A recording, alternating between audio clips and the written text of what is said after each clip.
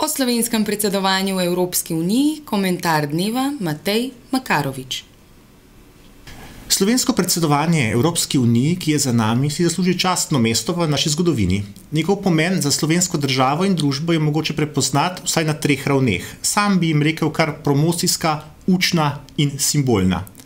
Najbolj navzven opazna je raven slovenske promocije in prepoznavnosti v Evropi in svetu. Bolj kot za prepoznavnost na ravni širokih javnosti, je šlo tu za prepoznavnost Slovenije med evropsko in globalno pomembnimi elitami, ki odločilno prispevajo k usmirjanju današnjega sveta. Iz te promocije lahko nesporno izhajajo prihodne politične in gospodarske koristi, naprimer za ugled slovenskih političnih in diplomatskih predstavnikov v svetu, za njihovo večje upoštevanje pri reševanju pomembnih globalnih vprašanj, za neposredna tuja kapitalska vlaganja, za turizem in podobno. Druga raven je raven zelo praktičnega učenja.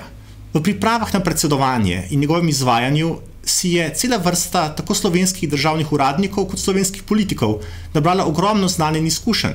Vodenje Evropske unije zahteva impresivno sposobnost iskanja konsenza v zelo raznoliki skupnosti, iskanje skupnega jezika med različnimi, to pa so znanja, ki so lahko izjemno dragocena za slovensko prihodnjo mednarodno politiko, morda še bolj pa za bolj konsenzualno politiko znotraj same slovenske družbe. Tretja, simbolna raven, pa je najbolj bistvena za razvoj slovenske identitete, samopodobe in samozavesti. Gre za neko spremembo našega razmerja do Evrope. V 90. letih prejšnjega stoletja in predtem je bila Evropa za nas v veliki meri nekaj zunanjega, referenčna točka in zgled, ki naj bi mu sledili. Še celo po včlanitvi v Evropsko unijo se je deloma ohranil pogled na Evropo kot na nekaj nam sicer pozitivnega, vendar večinoma zunanjega, ne pa nekaj, česar sestavni del smo. Slovensko predsedovanje bi tu lahko pomenilo bistven odmik od prejšnje miselnosti, saj je z njim Evropa simbolno postala nekaj, kar Slovenija neposredno sooblikuje.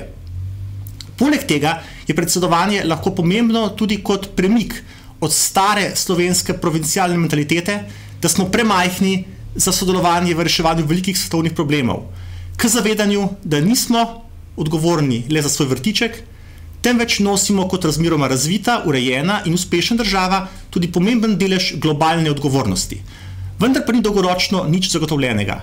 Prednosti, ki smo jih pridobili iz predsedovanja Evropske unije, lahko dobro izkoristimo ali pa jih nespametno zavržemo.